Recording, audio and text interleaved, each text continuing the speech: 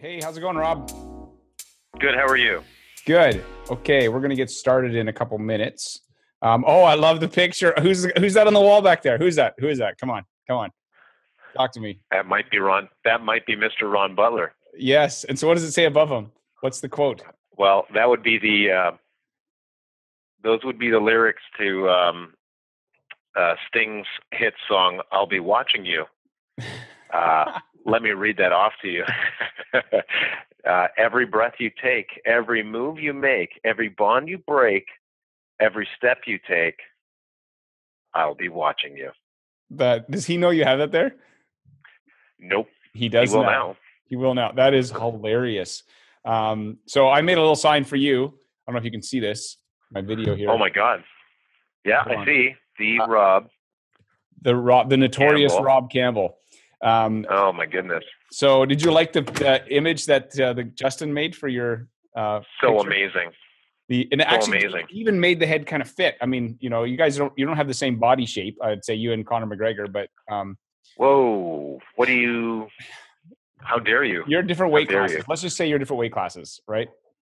Okay, fair enough. Okay, so we'll wait 2 minutes to get started, but while we're sitting here chatting, so what's happening in your world? Man, just as much as I'd love to be, as much as I'd love to bullshit everybody right now that can hear me, and say I'm just pushing through the end of the year and just crack-a-lacking on new deals. Part of me is just kind of winding down for the holidays. It's been a busy year, and I don't know. It's kind of like the end. We don't really take many breaks, right? It's one of the things that we have to learn in this business is to take some breaks every now and then. So, I'm just looking forward to the last couple of weeks of the year. Right, that's good. And if you, so we'll get, yeah. Well, should we start 2 minutes earlier? What do you think? Do you think we should wait? What's your gut tell you? I don't know. People are on the call already. So does everybody want us to start now or wait for more people to come on? Put some comments in the chat box. By the way, Scott, am I able to screen share? Will I be? Will I be able to screen share? I can screen share you. Yes, sir. So okay, perfect. I can make you the host. You're going to grant me access. Yes, I can give you the power. Okay, so Nick is like start already. He's like, seriously, guys. Yeah, okay. Chesky, yeah. So, I think your email said 1 o'clock, by the way. No, it said should have said 10:30. Well, 10:30 our time, so 12:30 your time. But maybe it didn't. But okay, we'll get started. So the idea with this particular show, obviously out of mortgage brokering, we've been crowdsourcing answers from people for a long time, and which has been awesome. But we also want to crowdsource questions, and so we thought, why don't we do these live? And then if people can tune in on the conversation, and if they're like, hey, why don't you ask this question? Then they can put it in the chat box, and we'll talk about it. And then the other part is we can make this more of a discussion. So I'll bring some ideas that I've learned from people. You bring some ideas, and then we share. And so I want to, and the topic for us today is business planning for 2018. And so do you have like, do you have like 3 ideas or 1 idea? What's your like, just so I have an idea of how we're going to do this. Well, I've got 2 main things that I want to go over today. One being a business plan, and the other being something I picked up from Tim Ferriss quite a couple of years ago, and then I've used every year. Okay. And then the third would tie into the third is actually something from Dustin Woodhouse, but it would tie into the business planning. Okay, so why don't we start? So why don't you share your first sort of in terms of business planning? What have you done in the past? Let's start there. How about before we even get into your ideas, tell me what you've done in the past, and then we can talk about how you've changed it now. So I always had analysis paralysis. Like I would always. I'd always wonder what would be the first step. I'd always spend too much time on, what is this thing going to look like, and what is a business, what is a business plan in this business, and so I'd always just kind of fumbled along, and then Macquarie Financial put out a really good business plan back when they were still in the market. And it got. You know what? They could have used a better business plan. Just saying. No. No. They had a great business plan. You threw that for me, and I was like, they could have. I lobbed it to you. They had a great business plan. They exited the market because they weren't they're a financial. Macquarie's got a lot of different arms, but they're an infrastructure company, I believe, out of Australia, right? They own their bread and butter's infrastructure, airports, and highways and stuff. Anyway, so I'd always just kind of fumble along. And but by the way, I want everybody to understand on this call, because there's like record-breaking numbers on the call. I just want to have a little bit of social proof and humble bragging. How many people think I'm special? I'm not. The point of this call is to let everybody know that I'm not actually that special. And this is something that I've found to be true by going out and going to events and took a trip to San Diego to a sales mastery event. I want everybody to understand that nothing is unattainable. And I'm not trying to get down this like chakra rubbing rocks and chanting, if you see it and perceive it, you'll attain it. It comes down to hard work every single day, but I'm nothing special. So I hope nobody's getting onto this call to think I've got the Pandora's box. Anyway, that's a whole different story about Pandora's box. But anyway, awesome. So the business plan, I always just kind of fumbled around with until I got a hold of the Macquarie Financial Business Plan, and it's a really stripped down version of where were you, where are you at, where do you want to go, and I actually have it. I know this is going to probably turn into an audio file, so that's cool. I'll send the business plan and the Tim Ferriss item that I have to discuss. I'll send those over to Scott so he can maybe put them up on I Heart Mortgage Brokering fan page and maybe the website. But we're going to look at them today.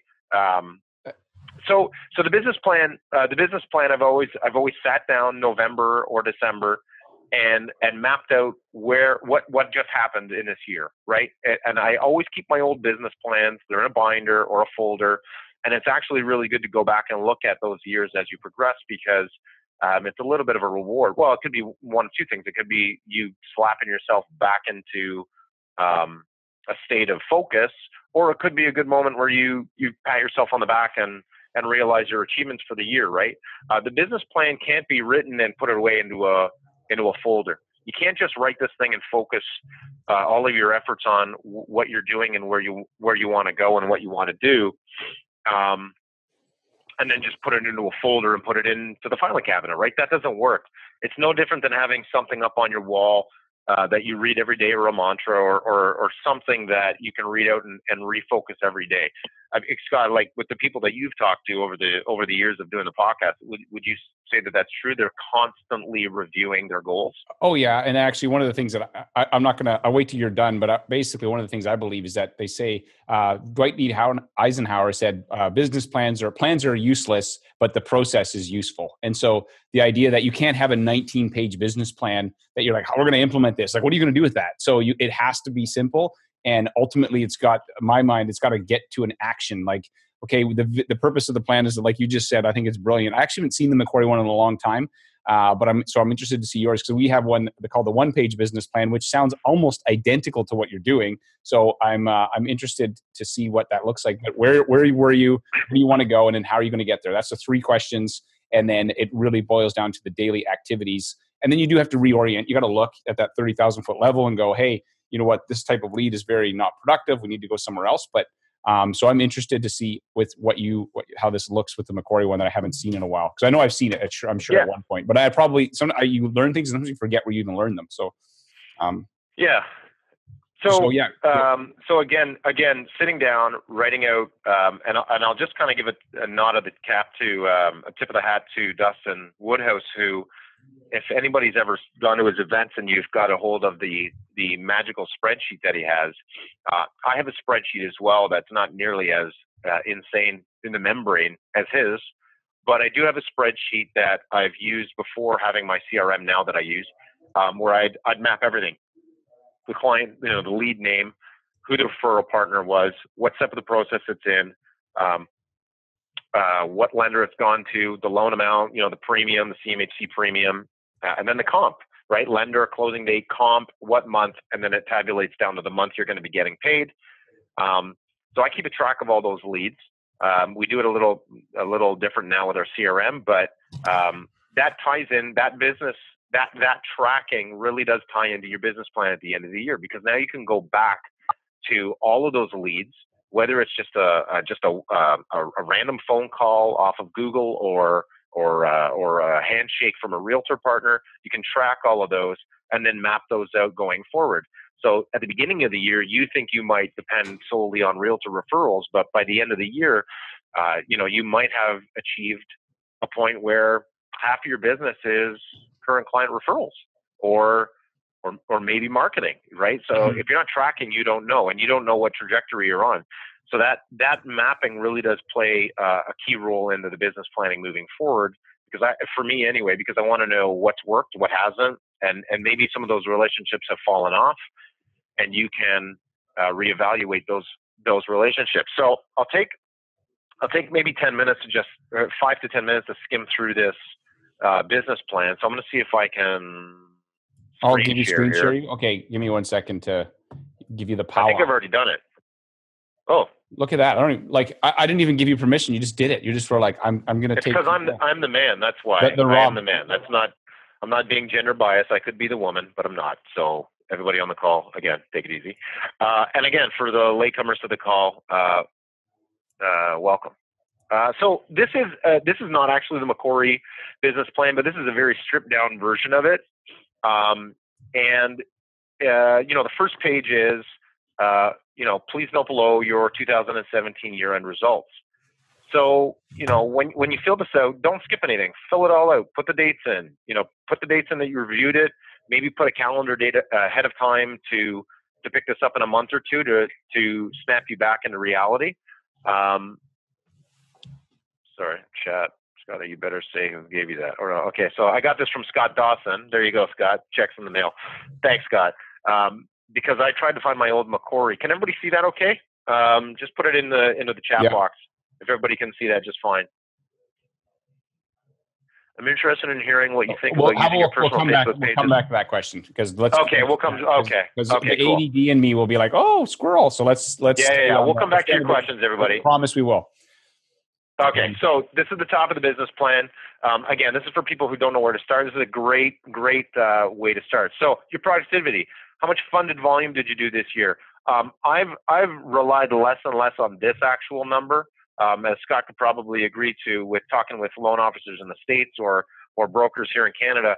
This is subject to your market. Your average mortgage size could be $200,000. It could be $500,000. This number is really. I wish we would all stop judging, top 75 on this number, because this is kind of irrelevant. I feel that units is the key to focus on. How many units can you process through your calendar year, and then your average mortgage size. Again, this will come from your sheet your spreadsheet that you're keeping track of, or your CRM should be able to tell you that.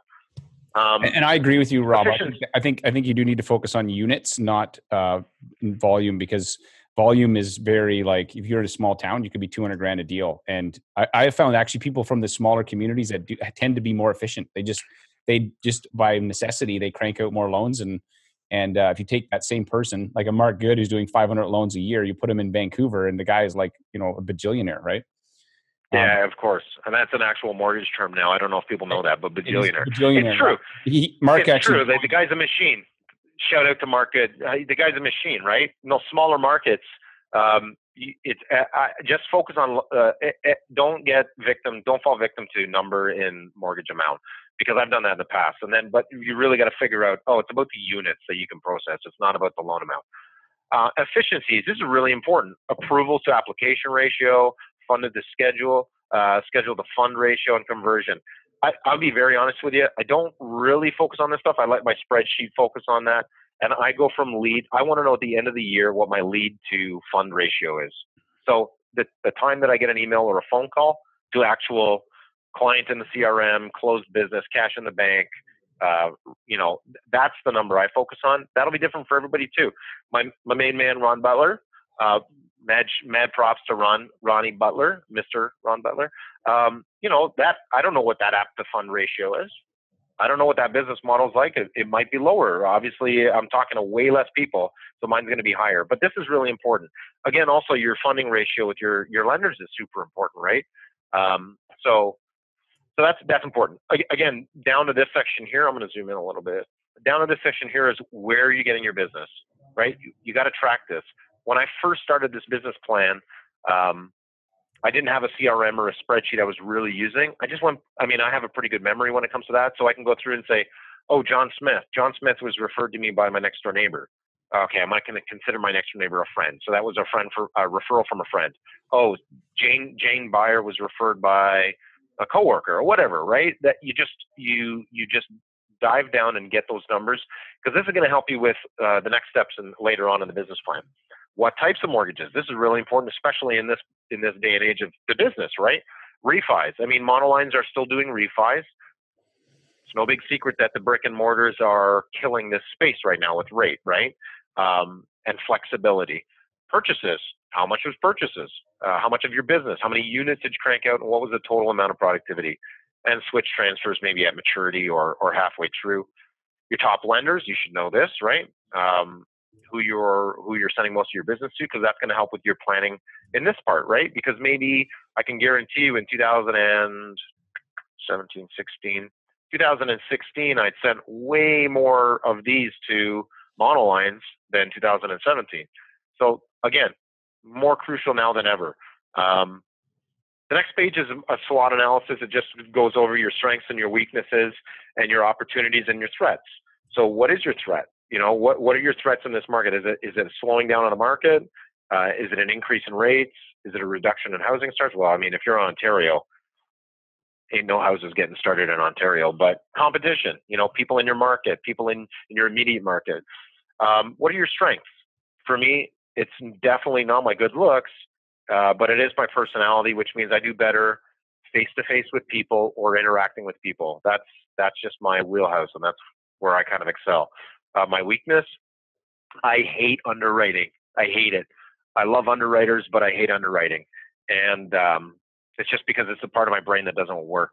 So that's a weakness of mine. So anyway, you map all this out, right? It's going to help you know what you have to improve on, or as Tim Ferriss would have it, if it's a weakness, or Gary Vaynerchuk, if you have a weakness, don't even waste an ounce of effort trying to fix that weakness. Outsource that weakness. Scott, you agree? 100%. Yeah, you spend like what I think is a useful active or process is to actually write out all the activities that you're doing in your business, and then the ones that are, you know, and then figure out what you're worth per hour. So that's the other thing that I recommend. So what is your time worth per hour? $100 an hour, $200 an hour, and then ask yourself, would you pay somebody $200 an hour or $100 an hour to order an appraisal? And if the answer is no, then stop doing it yourself and get someone else to do it, right? And I totally agree that you have to focus on the areas that are the highest value for your business. And when you're first starting out, you try to do everything, but as you start to scale or grow, you're going to have to start handing stuff off. So I want to come back to that. Yeah. So in your business right now, how are you handling that? Like, do you have help, or what's your process like? No, I do everything myself. So my wife, God bless her, works with me. She does all the compliance stuff after the file is done, because we have all of our files digitally stored, so she can jump in and send that file in for compliance. And she also does we do a lot of handwritten cards. I know you know send out cards is a big thing for the automated process, but we like handwritten cards with gift cards in them. So she'll come in and put down 5 cards on my desk and go, Scott Peckford, Scott Dawson. I haven't seen one. I haven't seen one. Like so clearly it just must be stuck in the mail or something.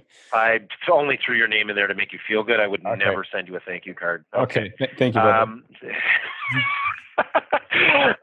But yeah, that's how we do it still. So all of that back end stuff that I know is super important, but I can't do because my brain doesn't want to do it, or like you said, highest use, best use of time.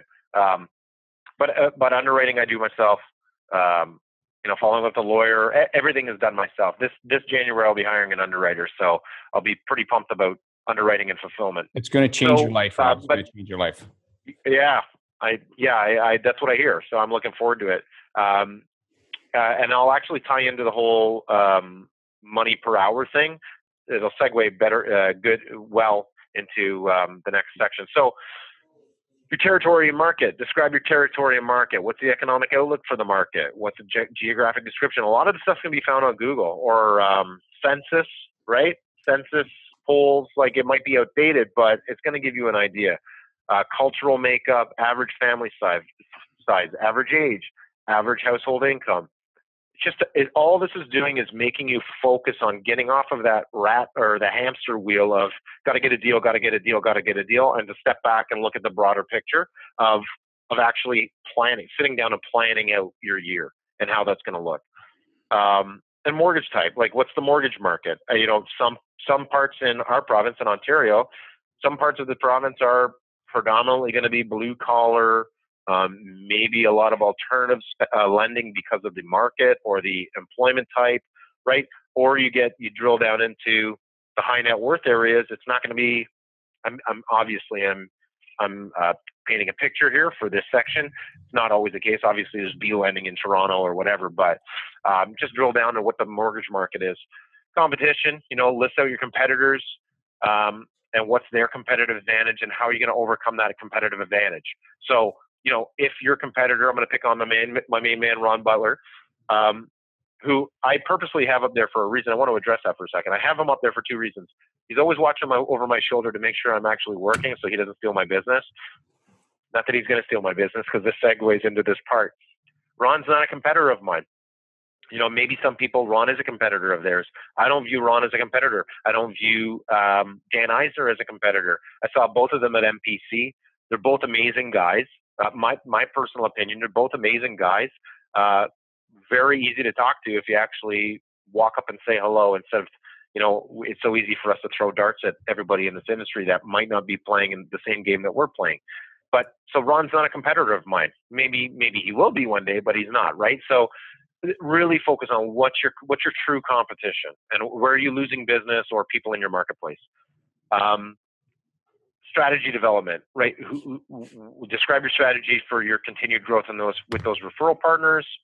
Pretty self-explanatory. And then action. When are you going to complete the action? What are you going to do? How are you going to get more business from these people? That's really what that's about. Would you be willing to share your own business plan? Okay, sorry, ADD. We'll come back to the questions. We'll come back to the questions. You throw them in there anytime you want, and we promise we'll come back to them. Yeah. Repeat business again, like past clients, right? Internet. Are you getting leads from the internet? Do you want to? Is this something you want to focus on? What are going to be your actions? Okay, and when are you going to get this done by? And then actually be honest with yourself. Beat yourself up. Remember back in the day when we all had some sort of hourly or salary job, if we didn't do the shit we were supposed to do, your boss would beat you up, right? You'd have to complete this I was stuff, union, so they couldn't really do much with me. They were just like, well, you had it made. Fire you, but we can't, Yeah, no kidding. I actually had a boss tell me once about firing somebody else, say, you know how hard it is to fire somebody, Rob? Because, the person wasn't doing their job. I was like, okay, cool. Peace, I'm out. New business. Describe your strategy for the development of new business. Like what's the new business you're looking to get, right? And again, action items. Action items for implementation of your strategy for new business. I'm just kind of repeating stuff. So here we go. Annual funded volume. What do you want to fund in 2018, right? What's the dollar amount? But again, units. Obviously, you're going to want to focus on dollar amount because you know what you funded this year, and maybe you want to focus on a growth strategy. But focus on units. How much can you crank out in the next year, right? Seasonality. We all know that you're not going to get 80% of your business in January. January is like the morgue season of the industry for me, anyway. January is always dead. So where does your business fall in line with what month? And there's a 6-month checkup here to see where you are and tracking. Again, goal, number, actual units, break this down, fill it out. How many deals do you want to do in January? Sorry, Dustin. How many files do you want to do in January? How many files do you want to do in February? And so on and so on, okay? And funding ratio goals, self-explanatory. And you're going to hire, okay, if you want to hire new people, if you want to hire new people and you're developing a team, you're probably not looking at a business plan like this. It's probably a different business plan. So that's kind of it. Marketing goal. I found this kind of useful, even just as a one-off to stick up on your wall. What are you going to do as far as marketing? Are you going to send out newsletters? Are you going to send out postcards? Are you going to email people through your CRM? Trade shows and events. I've never done a trade show or an event. And sponsorship. Do you want to sponsor any sports teams or, be a sponsor on anything?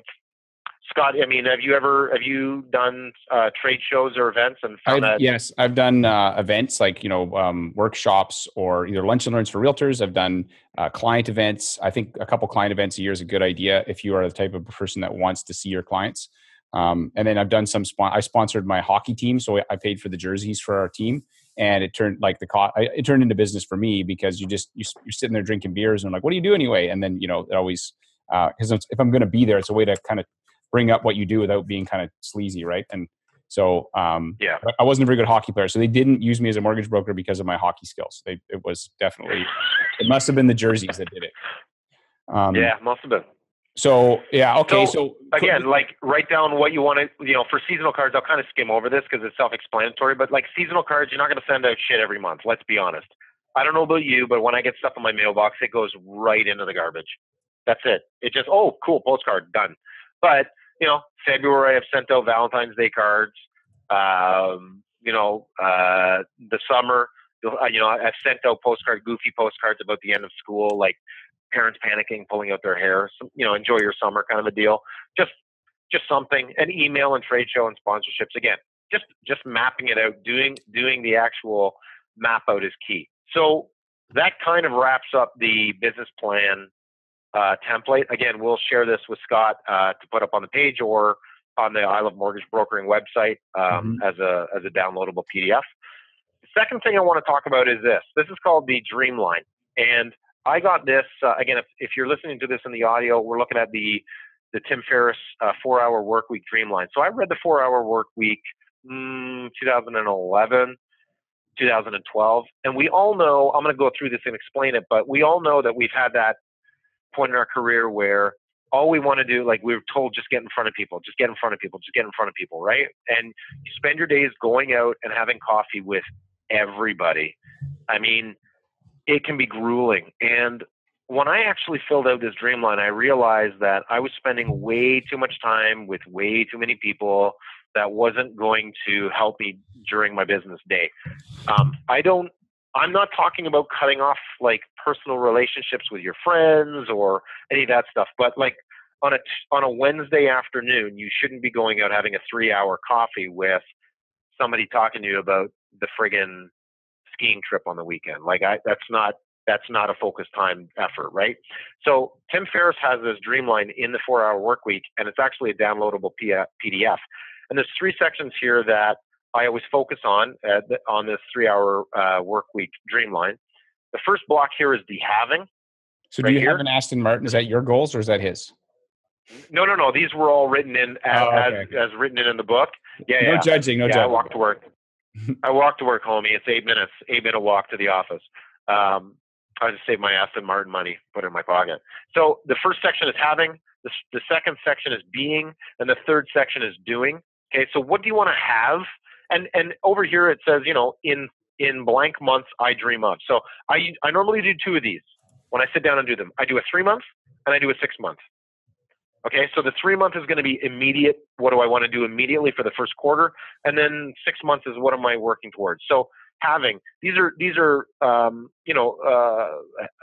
tangible items, right? I want a personal assistant. I want a car. I want a skateboard or whatever. I don't know what he's put on here. Then in the next section here, you got to put down what that actually works out to be for a cost. And the whole goal of this is to drill it down to the target daily income. That's what this section is right here. Can you see that highlighted? Yep. So all of these things, what you want to have, what you want to be, and what you want to do. He does not have kids. The target daily income would probably not. My kids would be like, dude, that wouldn't work. So, but no. Yeah, he doesn't have kids. But the section here being is what you want to be, right? Like he wants to be a best-selling author. He wants to be fluent in another language. He wants to be an excellent cook. When you put this over to this block here, just so there's no confusion, the second block here is the actual what you have to do and then the cost associated with it. All this is going to do is drill down what you want to have at the end of the year as far as money in the bank, in your pocket, or items, or a lifestyle, or whatever. This all ties back into the business plan. At the end of the 3 months or 6 months or 12 months, what do you want to have as far as cash in the bank, a lifestyle that you're living, and what does that drill down to a total daily income. And when I did this, it blew my mind as far as what I need to make every day. Okay. And again, I'm not perfect. So my dream line from 4 years ago, I probably still haven't even achieved half of the shit on there. But to be honest with you, the biggest breakthrough for me was the total daily income. For me, I think it was over $300 a day, which is crazy. But it quickly taught me that your business day between 8 a.m. or 7 a.m. or whenever it is you're waking up and starting to grind to whenever it is that you're going home and kissing the family and eating dinner, that's your work day. And if you're not producing, in this case, $197.90 per business day, you're failing. Mm-hmm. And this is going to you're going to quickly realize when you hone in on this, this will only take you an afternoon to do. It's not going to take you long. When you drill down, you're going to realize that you got to pull up your socks and actually work during the day and not go, oh, hey, Scott. Yeah, hey, Peckford, you want to go grab a beer? Oh, it's been so long since I've seen you. No. You're going to quickly realize that can wait till the weekend. Okay? Right. You got to allocate all that social shit into your non-working hours. So there's a sample there to help guide you through how to fill this out. And then, some action steps over on the side here. And then the second page is blank. So when you print it off, I always print off 2 or 3 or 4. Chances are you're going to screw up one page the first time you do it, or it's going to look like a mess. Mine normally have scribbles all over here. And that's really helped me with going back to the business plan. Because when you do the dream line, you're going to realize what you need to make per day to maintain this lifestyle. And then this is going to chunk back up to your yearly income. What you need to make per year to live this lifestyle. You don't have to own an Aston Martin, right? But maybe you want to have a $200,000 or $300,000 income, right? You're gonna have to drill that down to what that is per day, and then that's gonna tie back into this. How many deals do I have to crank through, or leads? Chunk it back up to how many times the phone has to ring in a day to get to that point. That's basically it, Scotty. That's awesome. You know what? An exercise I did recently was I went through figuring out what your monthly nut to crack is. And so basically figuring out all of your personal expenses, your business expenses, money that we're going to give for giving, money that were for taxes, like the stuff you always, forget about taxes, right? You're like, and then I actually did the calculation on that, and I was like, holy crap, that number is a lot bigger than if I were to shoot from the hip, until I actually did the math. And I'm talking about like car insurance and like all of this, my kids' school and all the stuff that we pay for. And it was incredibly useful for me to look at that and go, okay. And then I determined what my minimum hourly, how much I want to make an hour. And then I constantly ask myself, is this worth that much per hour? Is activity that I'm doing, is it worth this? And if not, then I'm like, okay, should I be doing it, or should I get someone else to do it, or should we just not do it? And so I completely agree with you on this idea of figuring out what your numbers. And I think that even though we work in numbers as mortgage brokers, we have a tendency to not always do our own numbers. And so I like that idea. I never figured out the total daily income. I just figured out what my monthly nut to crack was. And then I was like, okay, what does that look like for me on an hourly basis? What do I want to make? And my nut to crack is just my minimum. That's just to cover the stuff that, is important. That doesn't mean anything extra. So have you ever done anything like that, Rob? I have. I feel like this is way easier to do now in 2018 than it was when I first stumbled upon it in 2012, because a lot of the stuff that you can offload now wasn't around 5 years ago. Like Mm-hmm. There was no lender spotlight, right? I know I'm giving Hannaberry a plug. There was no lender spotlight. There was no doc assist. There was no send out cards. There was none of this stuff. Whereas now I feel like it's so much easier to implement this stuff. Listen, if you want to spend your time filling out Christmas cards all day long, I mean, we choose to do that because we want handwritten stuff, right? But most of the legwork is going to be done by somebody else, and then I kind of swoop in and do my chicken scratch for a signature. But it comes down to everything in this Dreamline. Like Tim, and if anybody hasn't read the 4-Hour Workweek, it's a great book because it really focuses on automation, which ties into the systems and procedures that we can kind of pay for now in this business, whereas 5 years ago or 10 years ago you couldn't, right? Mm-hmm. So yeah. Okay, I love it. I'm going to go. So I want a couple things I want to walk through as well. So the first thing I came up was the nut to crack, which I recently did, and then in terms of tracking leads. So I'm going to do a screen share and show you. I've got two things that I want to show you. There's you looking at you. No, okay. Let's look at the lead tracker first. Can you guys see my screen? Yep. So let's go back to this.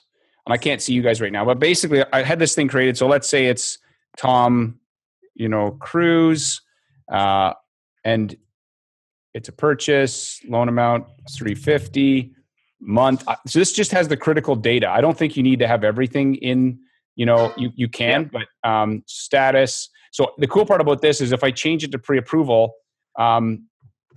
it should, it moved over to the top, to the pre-approvals category. So now, and then if I change it to pending, it will show up in the pending category, and see it's not in there right now. And then if I move it to closed, it's in the closed category, and then it also tracks the results at the end here, so it keeps track of the amount. And so it allows you to, like you had already said, I think it's important to track where's your business coming from, and then it tells you like where it came from, referred by, referred to, lead source, rate type.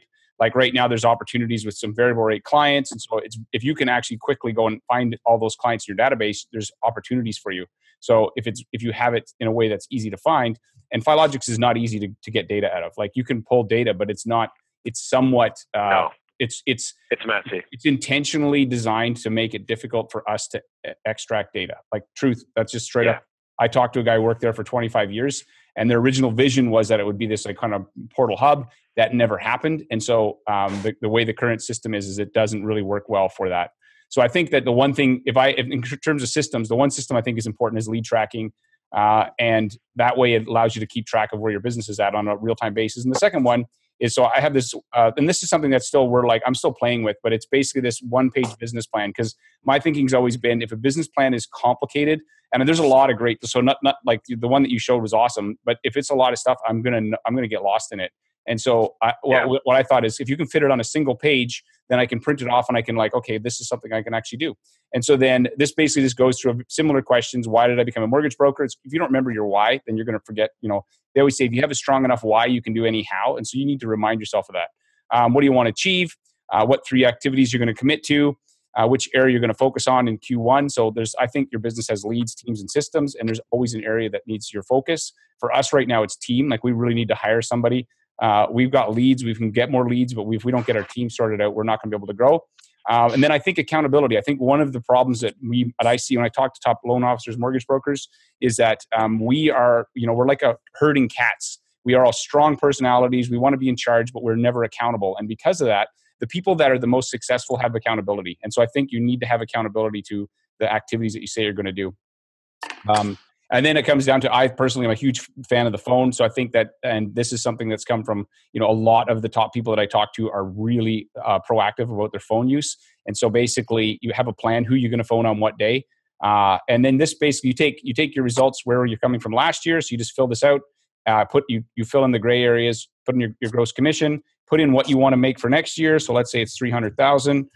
It'll automatically calculate based on your current closing ratio, the number of leads you need to generate, the number of closings, and then and it'll kind of give you an estimate. And then it'll tell you say, okay, are you going to do face-to-face meetings? Because for me, if I meet with a realtor or referral partner, I know that I get, that's a high probability of me generating more business. And then it's how many calls. And so the whole purpose of the plan is to drive down to what is the weekly action plan. Because I think a business plan is great as like a 30,000 foot level. You could look at your business and go, I'm getting my leads from advertising. Let's say that number was different. Let's say that number was 60. And you're like, the closing ratio is horrible on these. Like maybe this is not a good use of my time, right? Versus, the ones that are from past clients are at a 50% closing ratio. So not all activities are equal. So by being able to measure that, you'll be able to know where's the best use of your time. But so the idea is that you should be spending, if you made this many calls per week, so based on this program, and I kind of messed with that there, but based on this program, let's say you got 30 from that, you would need to make 35. If you made 35 calls a week and did 5 face-to-face meetings, like the biggest problem you're going to have is you're going to have to hire somebody. Like everybody that, so we've run a program recently for a bunch of mortgage brokers, and almost everybody's like, I'm so busy, I can't keep up. And it's usually from being proactive. So you get being proactive drives more business. But then if you don't have help, then you have to stop being proactive to do the work. And so my thinking is that the purpose of the plan is to give you the 30,000 foot and then cycle down to, okay, what does that mean today? So kind of like what you're talking about, focus on the daily activities, because that's what's going to move the needle the most. So that's my, like, any thoughts on that? What are your comments, thoughts? That's your spreadsheet there is basically, I mean, it's not identical, but it's very close to what I have. I have a Google Docs sheet that's just been a growing entity for 4 or 5 years now. Before I got heavily involved in the CRM that we're using, but I agree, and I'm quite frankly, I'm at a point where I'm my own worst enemy. There's certain things I hate doing, and I'm busy enough now that I have to do them, but I really don't want to, and that's always been an issue, right? And one of those things, like I said, is underwriting and fulfillment. So our model, like my model that I've always tried to do my best at doing, is collecting all the docs up front at the time of application. I actually watched your $100 million journey with David Ford, I think, where you went up like 1 million flights of stairs, and then later on he told you he had an elevator. Yeah, I know, what a jerk, right? Dick move, but great guy. But in that he, I don't know where I was going with that, but you get to a point where you can't do it all anymore, right? When you're doing 10 units a year, or you're doing 20 units a year, or 30 units a year, it's manageable. You can do it. You can send in the underwriting. You can collect the docs. You can answer the 1,000 questions on the phone, right? I'm at a point now where I'm actually, I don't want to say I'm losing business, but I'm actually in my own way because I don't want to do this stuff. And that's why I'm going to be bringing on somebody to do the underwriting and fulfillment for me, because this is what I love to do. I love talking to people. I love talking to clients and referral partners and past clients and giving away stuff on our Facebook page. I love all of that stuff. I absolutely hate figuring out who's got the best VCR sheet, if my clients I absolutely hate that stuff. Right. And you will make more money. Get in your way. Guaranteed. Like, so. Yeah, absolutely. There's this guy, Carl White, who I'm a big fan of out of the US. And so he always says, write small checks to cash big checks. And so for me, having somebody that you're paying $20 an hour or whatever, so that you can go out and make $100 or $200 an hour, that's a really good trade of your time, right? And so, but what often happens, the thing that people tell themselves is, nobody else can take an app like me. Nobody else can. It's like, that's all false. Not true. The most important thing that you can do is you should be selling and prospecting. And that selling could be on the first that phone call, coming up with a plan, making sure that they want to work with you and your team. But some of the big people, the people that do the biggest volumes, they don't even do that anymore. Like it's actually not true that you have to do that. It's your own thinking usually that gets in the way of you scaling. And so I'm excited to see, dude, I guarantee you, if you hire an underwriter, 2018 will be the best year you ever have. Like I will bet money on it. Well, you'll have the best year because this year, 2017, I funded 5 deals. 5. Well, that's not going to be hard to beat. I can only hope. That's why I saw you working at Subway. You were at Subway going, hey, would you like, a sandwich artist? Meatball sub. Let's go to the questions here, if that's okay. Let's do it. Julie Stewart Boyle. Hi, Julie. Thanks for tuning in. I'm interested in hearing what you think about using your personal Facebook page as opposed to a business Facebook page to build business. I heard a salesman from Japan say that the personal page, if monitored properly with content, is far more effective in reaching people. Okay, so I feel like you have to be cautious with your plan in your branding and how you want to move forward. I think if you're a one guy or one gal branding machine, it's a very fine line between mixing those two. I'll always err on the side of keep it separate, and I'll tell you why. If you want to start running Facebook ads, or if you want to start targeting an audience, you can't do that on your personal on your personal page. It has to be through your business page. There's just so much more opportunity on your business page, and the business page is going to take you forever to grow. I started my business page when I got into this business in 2010, I think, and I'm just past 600 and 15, I think, fans. It's taken a long time to get to that point. I feel like if you keep it all on your business or on your personal page, people are just going to unfollow you. Like it's too much noise. And I'm pretty sure everybody on this call has those friends that, you know, they sell protein shakes or video phones or whatever the friggin' flash in the pan is these days.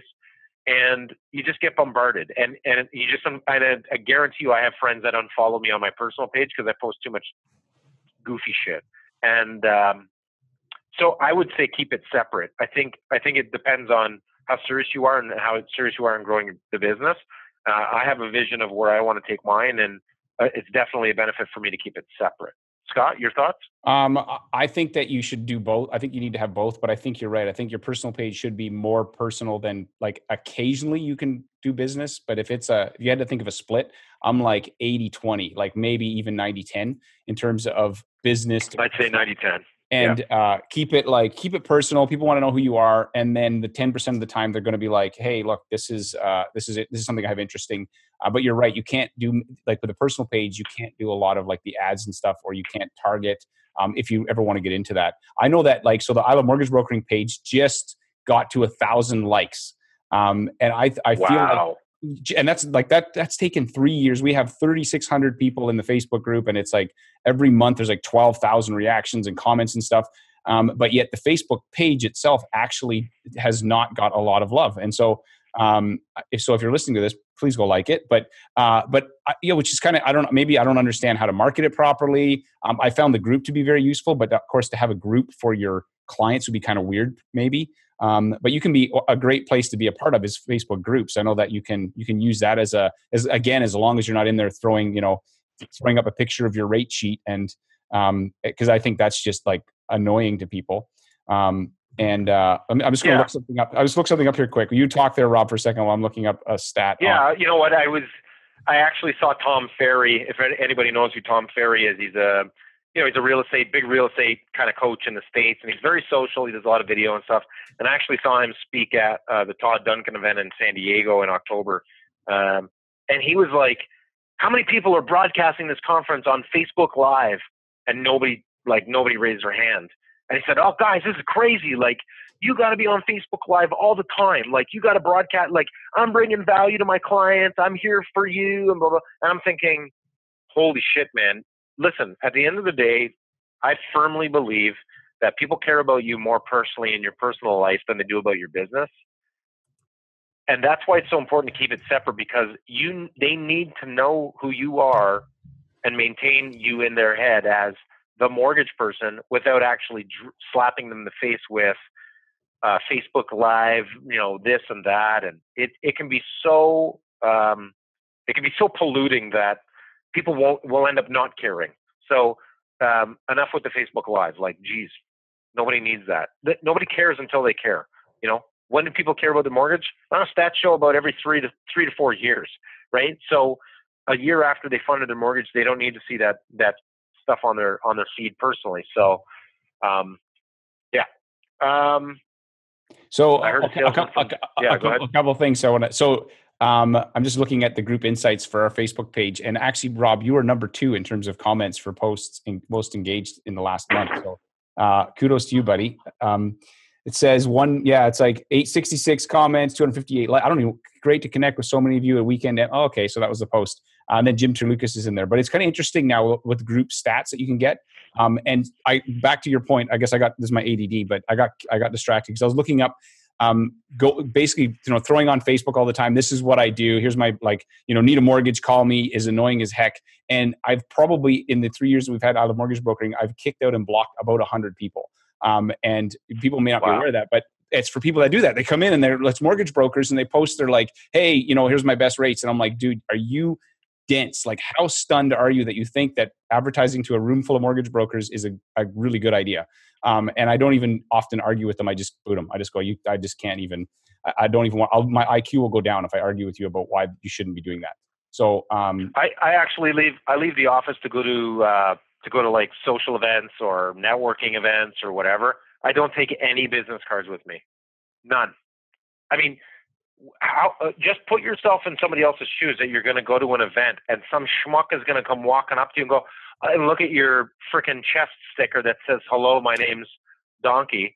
And they're going to go, oh, hey, Donkey. And bam, they slap the card in your face. Like, like it's not like Gary Vaynerchuk says, don't act like a 16-year-old boy, man. Don't try to close on the very first, conversation. So yeah, I totally agree. Okay, rant over. Let's go to the next ones. So, Next one is: would you be willing to share your own business plan, perhaps for 2017? Redacted, of course. I don't know what that means. It means you're gonna hide your numbers, so you'd basically fill in some. It's literally the same business plan that I just showed you. Yeah, but I think they want your answers to the questions. They're trying to but I think just, if you go through the process yourself, you'll actually get more value than just trying to.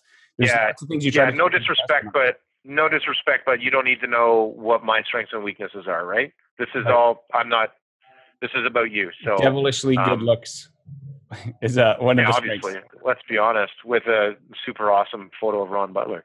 I've had a couple of comments of people are already saying, is that Ron Butler on your wall there? Scott will be sharing this one. Yeah, I'll put that on the post when this goes live, so you can, you can use that thing if they want. James, what is your strategy when approaching new real estate agents for referral business? Man, I've been horrible at this. So I'm not a robot. What you see is what you get. This is exactly how I act with my referral partners because I'm just me, right? And they're likely going to refer people to you that are like you. And if you are a shirt and tie, or not shirt and tie, if you're a woman, whatever, however you are, that's how you're going to roll, right? I've never gone out with realtors and gone, okay, so how can I help you improve your business? Like, that's just not me, right? So back in the day, when I first started, I got a list of all the phone numbers for all the realtors in town, and I just started dialing for dollars. And honest to God, I got like 99 FUs and one, yeah, you know what? Let's go for coffee. And we'd go for coffee and it's like a date, just trying to hit it off, see if you connect.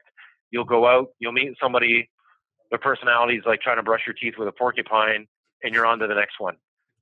And that's really how I've built my relationships. And then when you find one that's really good to work with, after a year or two of working with them and their clients, and it's a good mix, maybe you lean in and say, hey, I really enjoy working with you, Scott. Who in your office do you feel would kind of mirror our personality and our process with clients? And could you introduce me to somebody? I'm trying to build my team. And like 9 times out of 10, they'll introduce you to somebody, because chances are they're at the office when somebody else goes, can you believe it? This Scott Peckford guy dropped the ball again on me. I'm just so fed up. I need somebody else. And right. that might be the time that it does happen. It does happen. So that's what I do. I'll put my comments on that too. So approaching real estate agents, for the way I try to do it is I become a valued resource. So I like to educate them. When I learn stuff, I go and I teach them. I'm like, hey, and then what happens is when you educate someone, your value, goes up in their eyes, and they start to trust you in other areas. So if I would sit down and be like, oh, let me show you some cool things that you can use in your business, Mr. Realtor, because it's not about me, it's about you. And if I help them in their business, then they're way more interested to help me in mine. And I found that mindset and that strategy is actually one of the most effective things you can do. If you're there, hey, send me a deal. They're like, what? But if you're like, hey, let me see if I can come up with tell me about your business. And I maybe have some ideas or some apps or services or tools that might help you. And I found that to be way more effective for building that relationship. And it's like, honestly, if somebody was meeting with you trying to help you build your business, you're going to want to meet with them. You're going to be like, I think this person's awesome. So I think that there's a bunch of other stuff you could do, and we don't have time to get into it, but that, from a general 30,000 foot level, that's what I would do. Okay, what's the next question we got here? What's your most used app? Okay, you go first, Rob. And do you use any external CRM? So I do use an external CRM. I don't use network provided CRMs, predominantly because I don't know. I'm an only child, so I kind of like to keep the cards to my chest. I feel like a CRM provided by a network is only as good as how you are able to use it with its user experience. There's a lot of products out there that are great. I did use one. I think it was Pipedrive. I'm gonna have to quickly just Google Pipedrive. You guys can't see my screen, right? Nope. So Hold on here. Bear with me. Go ahead. So I would say in terms of useful apps that you could use on it, I like Gusto a lot. So that's the digital gifting platform. And in terms of when we get a lead that comes in, we'll send a $10 card to the referral source within the first 30 minutes. And because it's so fast and because it's easy to use, I find that that's an incredibly useful app from a day to day. And we have we've got our video. Somebody else is on our video now. That's hilarious. I just have to. I switched to active speaker. So, okay. So, Robbie, what are you going to say there, buddy? So I'm desperately trying to find out what CRM I was using before I got into Salesforce. I'm using Salesforce now, just because I like it, and I'm not slagging off the networks for the CRMs that they provide, but I feel like third-party CRMs. You'll get quicker turnaround time with software issues or customization. And again, you hold the data. I mean, this business is about nurturing your clients and not having any speed bumps along the way. The number one app I use, geez, man, I don't know. I use I use the CRM, the Salesforce CRM, but I also use the network provided online mortgage app to tie into Filogics, because I don't take the app over the phone. I actually tell the client, I do like a 5 to 10 minute phone call, and then I give them the app to fill out online. And then that pushes it into Filogics, and then I can clean it up afterwards. So actually Calendly, I will tell you this, that the minute that this sounds so stupid, but the minute you adopt a calendar booking app for business, but also for friends, it's such a game changer. So how many times have you had somebody email you, say, I'd really like to get together, maybe we can do that, and then you proceed to shoot 50 emails back and forth trying to peg down the time and date, so much to the point that by the end of that you don't want to actually meet them anymore because you just want to punch them in the throat. Calendly or any of those calendar apps, I use Calendly, so it's CALENDLY. I think, Scott, it's like $9 a month. You can prepay for the year. I don't know. Yeah, I use the same thing. I forgot about that one. I use that every single day, even more than Gusto, because I schedule all my phone calls, like everything's, because otherwise, man, it's like, it's a pain trying to, or even meetings and you can have different, what I like about Calendly is you can have different meeting types. You can have phone calls, you can have a signing meeting, you can have a coffee meeting, and you can control the calendar so that if you're like, hey, like for instance, when we do podcast interviews, what we were doing, you could do a podcast anytime you want, as long as it was Wednesday. So I'd send you a link to the calendar and I would book a guest and they'd be like, Wednesday. That's the only day they could do it. So I don't care if it was in 2 months, but the point is that it allowed me to still control my calendar and not be like stressed out. Right. So, I think Calendly is great. So Calendly, you can make different URLs for different appointments. And where that comes into play for me is, we have a deal flow process when we have hit different stages in our process. So an automatic email will go to a client. So if Scott's approved and I get the approval back, I click a box. Scott gets an automatic email sent to him saying, congratulations, you've been approved. Now it's time to book your signing appointment. Boom. It's Calendly signing appointment, whatever that is. I don't have to manually send that out anymore. It's just boom, boom, boom, and it's done. And you can boom, boom, boom, and you can actually schedule. Boom. You can schedule what days, what times that you want those different appointments to be set at. It's really, really helpful, and it's not expensive. It's a game changer. Okay, we got to finish in 5 minutes because I got to. Okay, we're going to wrap up in 5 minutes. Perfect. So 2 questions. You take it one, and we'll go back and forth again. Okay, trying to be delicate here with the B side growing, and if you're more of an A side broker, are considering getting into B, stay with what you are best at in terms of. Okay, so clients are clients, personalities are personalities. A, B business, it doesn't matter. I would actually say that B business is easier because they need a solution. The A business is tougher because they've got plenty of options. They can walk into their branch, they can call somebody else. I typically have found that I don't do a lot of B business, but a lot of the B business files that I do, they need a solution and they need it today. So, so I feel like don't get discouraged by that personality or whatever. The clients need a solution. That's my thoughts. So get into it. Okay, I'll put my 2 bits on that, and then so I didn't do any B business or very little. I did it first for the first few years, and then I really liked the AAA business. And so what we currently do is we just refer it out. So we use a company called the Funding Department. They do all the work and give you half the money, and I'm like, that's a pretty good trade.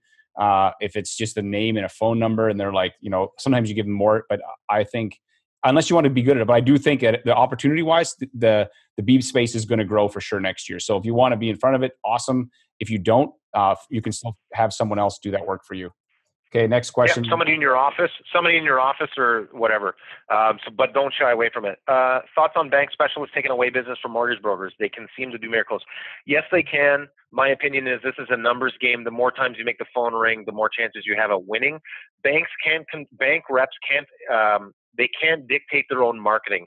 If there's anything that we still have control over, it's our access to the market and our ability to market quickly. Got to remember that a bank employee has a effing book this big on what they can and can't do and what has to be in their Twitter profile, rbc.com/privacy, whatever. We hold the keys to a big market. So it's a numbers game. There's plenty of opportunity. Scott. So in terms of the banks, I think that one of the things you have to be able to do quickly is identify, is this a client that whenever I would do an intake phone call, it's like I was going through my head, is this somebody that I can, that's a client for my company, and can I actually serve them? And sometimes you're better off to just send them packing, honestly, because what creates frustration is you start working on a deal that you think you have and you don't actually have it. So you go right up to the 11th hour, then they walk on you, which they were never committed anyway, and you've wasted time, energy that you could have spent way better on proactive activities in terms of chasing after the type of business that you can close. So I think that we have, our market's competitive. We in terms of competing with the bank specialists. I'm like, our process is better. Our the way that went from first call all the way through. I feel like, man, if we're going to compete with them head for head or head to head, we're gonna win a lot of those deals, but not every one of them, and that's okay. You just move on. So we have to go because this has been an hour. Rob, this has been a lot of fun, buddy. We should do this again sometime and maybe on another topic. You've got a face for video, and you'll have to use something different on the whiteboard. You can mix up the whiteboard each time that I have you on here. I will. I'll put a different broker up on the whiteboard. Somebody's already asked, why do you have Butler up on the board? Because. And anyway, guys, remember, we're only human. You gotta look. You gotta work on yourself first. All the other stuff in the market you can't really control. You gotta work on yourself and work on your business plan. We're gonna post this stuff. Thanks, Scotty. Okay, and one last thought is that we had 32 people that stayed the entire time. So either their computers got frozen and they couldn't leave, or they were actually found it interesting. So I don't know for sure what the case was, but thank you guys for checking this out. Thanks for being part of this, and also bringing your questions and thoughts into our conversation. Robbie, keep crushing it, buddy, and we'll talk soon. Thanks, guys.